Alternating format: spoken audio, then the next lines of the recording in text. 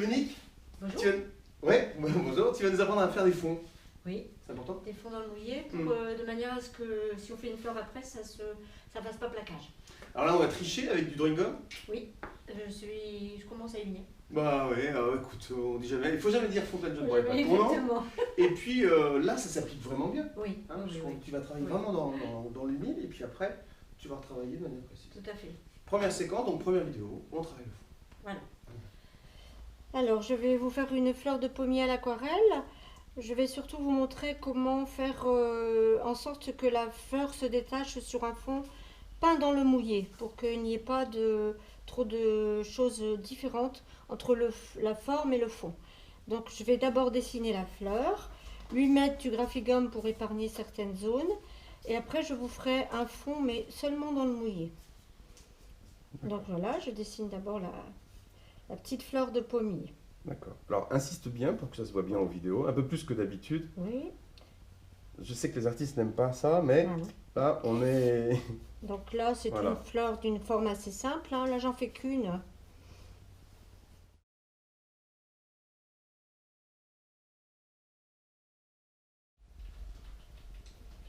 Parfois, ça fait comme une petite poche. Donc là, il faut bien rendre la double poche ici. Il y a les étamines au milieu. Donc ça, bien sûr, on va les réserver. Des petits bourgeons.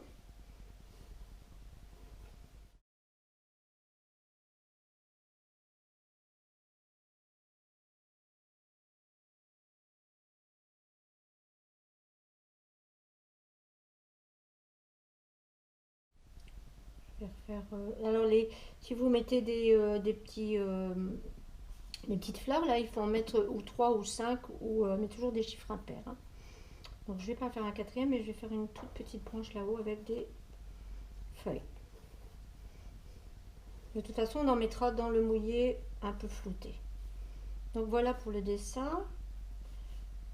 J'image pas trop de branches. Les branches, je vais les faire un petit peu dans le mouillé. Je la mets très légèrement, voilà.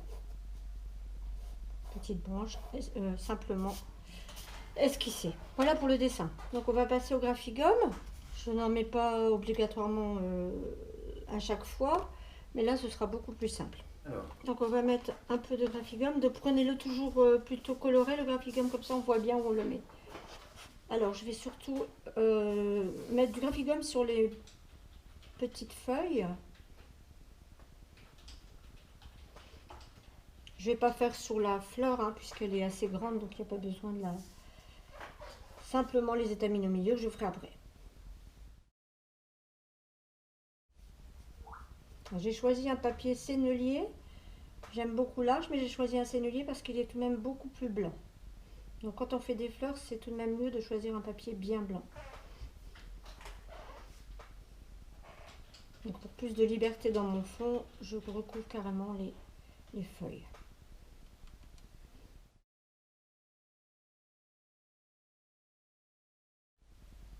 Je vais tout recouvrir sauf la grosse fleur, de manière à être plus libre dans mon avis après.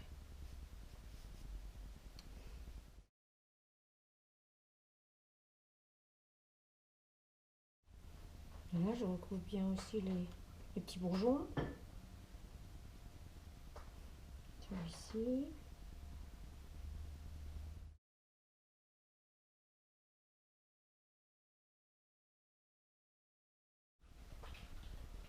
Et puis les étamines.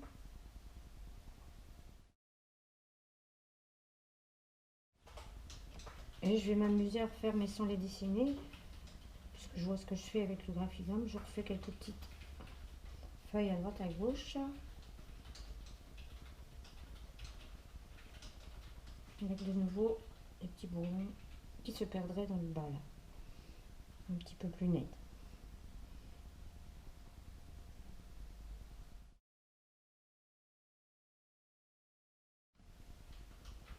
Alors, si vous le pouvez, exercez-vous aussi en cueillant par exemple en ce moment une fleur de pommier, la mettre devant vous, hein, ça peut aussi aider à en faire une toute simple. Je vais aussi faire quelques petites projections de graphigum, voilà, avec mon doigt.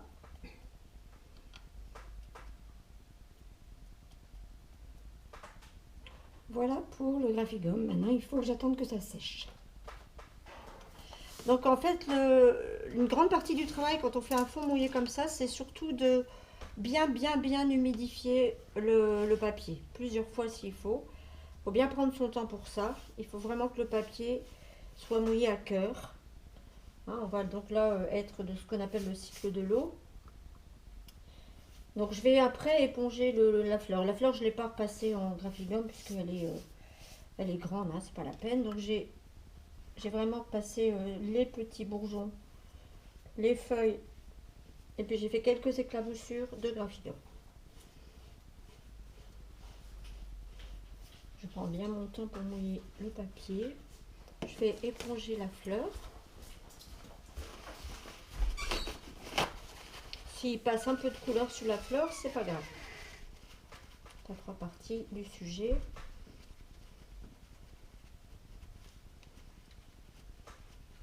Donc là, c'est pour vous montrer comment on fait un fond avant de faire la fleur, de manière à ce que ça ne fasse pas plaquer. Donc, je regarde.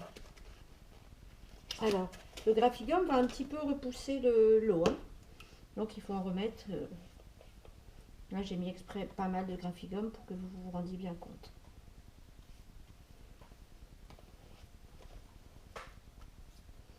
N'utilisez pas de graphigum à l'extérieur parce qu'il sèche et on n'arrive plus à l'enlever. Après, avec l'expérience, vous arrivez à avoir des blancs sans mettre de graphigum.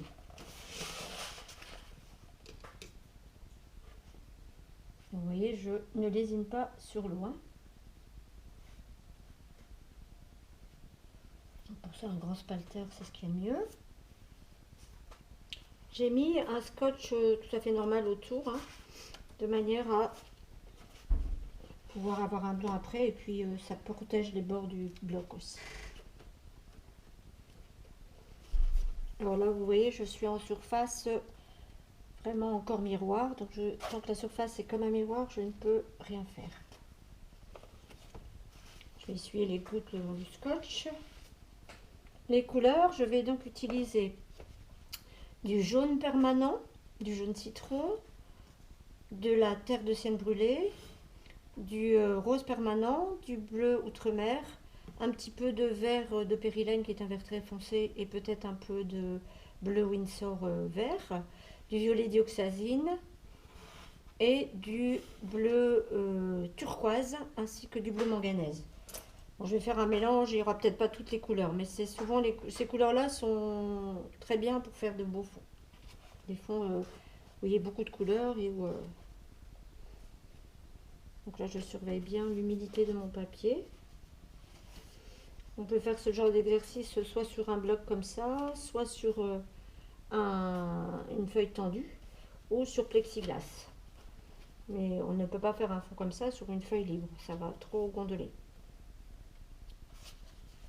Alors la première règle très importante quand on commence un fond, c'est de mettre la lumière. Puisque si vous ne mettez pas la lumière en premier, eh bien vous la perdrez, vous n'aurez plus. Donc on met toujours la lumière en premier, la lumière c'est le jaune.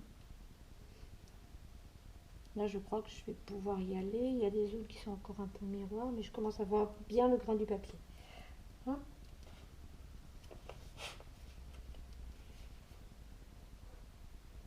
Vous avez le stade donc brillant, vous avez d'abord une lentille d'eau, là on ne peut rien faire, brillant, miroir, brillant, mi-mat, mat frais, mat sec et sec. Et selon le moment où j'interviens, j'aurai pas du tout les mêmes effets.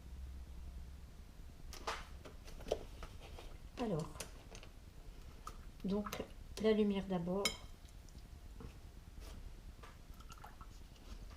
Donc le jaune.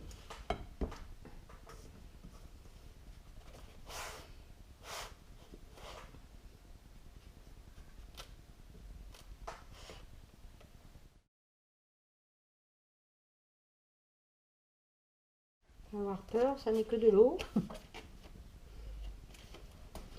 Alors, d'abord le jaune transparent ou citron. Il y a un peu de jaune indien là. Et un peu de terre de sienne. Je mets des couleurs un peu plus orangées avec la terre de sienne. Je passe en fait d'un jaune à un autre jaune, hein, un autre de la même famille. Je peux revenir en arrière une fois que je reste dans les couleurs de lumière. Je travaille aussi beaucoup au vaporisateur. J'essaye de donner un sens, une orientation, pour créer de la vie. Ensuite, je vais passer donc au rose.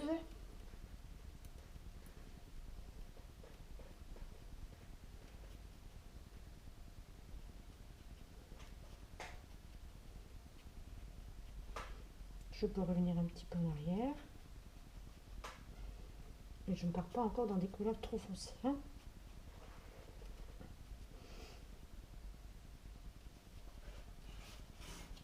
J'oriente un peu ma feuille. Et je viens essuyer les bords. Sachant que la couleur va éclaircir de très fort, hein, de moins 40%. Pas avoir peur d'en remettre, hein. Alors, je vais passer du bleu à un mauve. Peut-être contre la fleur pour qu'elle se détache un peu plus.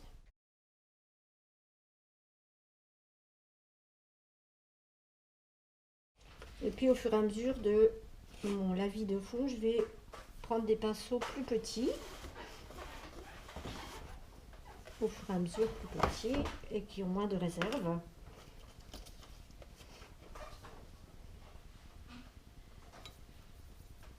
Là pareil, je prépare un peu de vert avec le rose là. Voilà.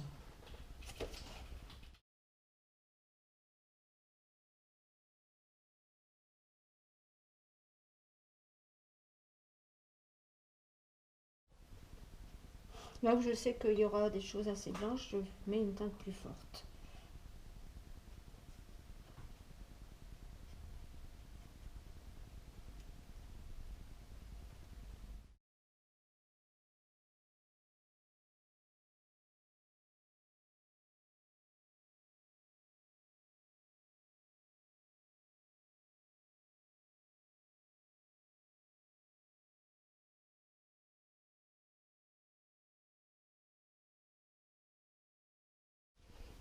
Je laisse surtout s'écouler tranquillement l'eau, je la récupère là dans le coin.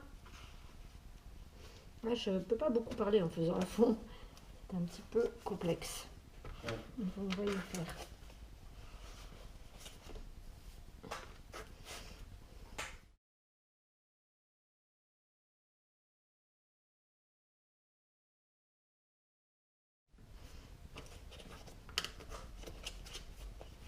Je vais prendre mon pinceau filet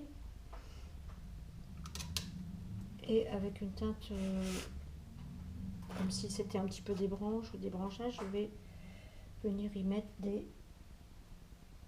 petits détraits assez longiligne, assez.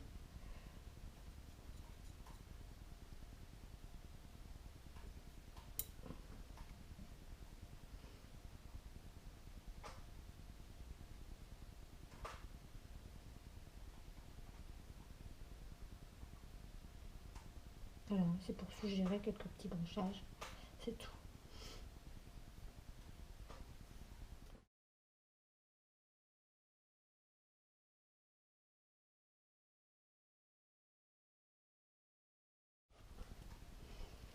Ça va éclaircir beaucoup.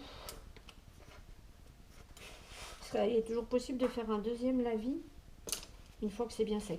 L'idéal serait d'attendre demain ou ce soir peut-être, mais même demain pour enlever le graphigum. Parce qu'on ne peut absolument pas le sécher au séchoir à cheveux, ça va le sécher. Et en plus, ça chassera le pigment. Donc il vaut mieux vraiment attendre trop longtemps pour le graphigum et l'enlever. Alors vous l'enlevez soit en poussant avec votre pouce comme ça, soit l'idéal c'est une gomme crêpe comme pour les chaussures. Pour vraiment... Là je vais voir si je peux déjà ouvrir un peu de blanc, mais c'est peut-être pas encore le bon stade du... Ah si, je peux aussi, vous voyez, je fais déjà... Là on est déjà en mat frais. Donc, ça veut dire que je peux ouvrir des petits blancs. On les voit là. Hein. Ouais. Donc là, par exemple, ça peut être aussi une manière de... Hop. Voilà. Voilà, et voilà le travail. Alors, faut peut-être pas que je laisse. C'est tout frais Oh, encore. ça va. Ça va. Ouais, ouais, ça va. Super, c'est très beau. Bon, ce n'est qu'un fond. Oui, ce n'est qu'un fond, mais c'est très très utile pour le reste. Et on a voulu faire une vidéo séparée, un petit cours, un petit tuto là-dessus, séparé du reste, pour vous concentriez sur le fond. Tout à fait. Et après, on laisse bien sécher. J'aurai moi la charge d'enlever le drawing gum, etc. Et puis on verra si on vous fait, on pourrait faire un petit épisode pour aller travailler là-dessus. Voilà. Mais là, c'était vraiment l'illustration de... Faire un fond tranquillement. Voilà. À vous maintenant. Bon À travail. vous.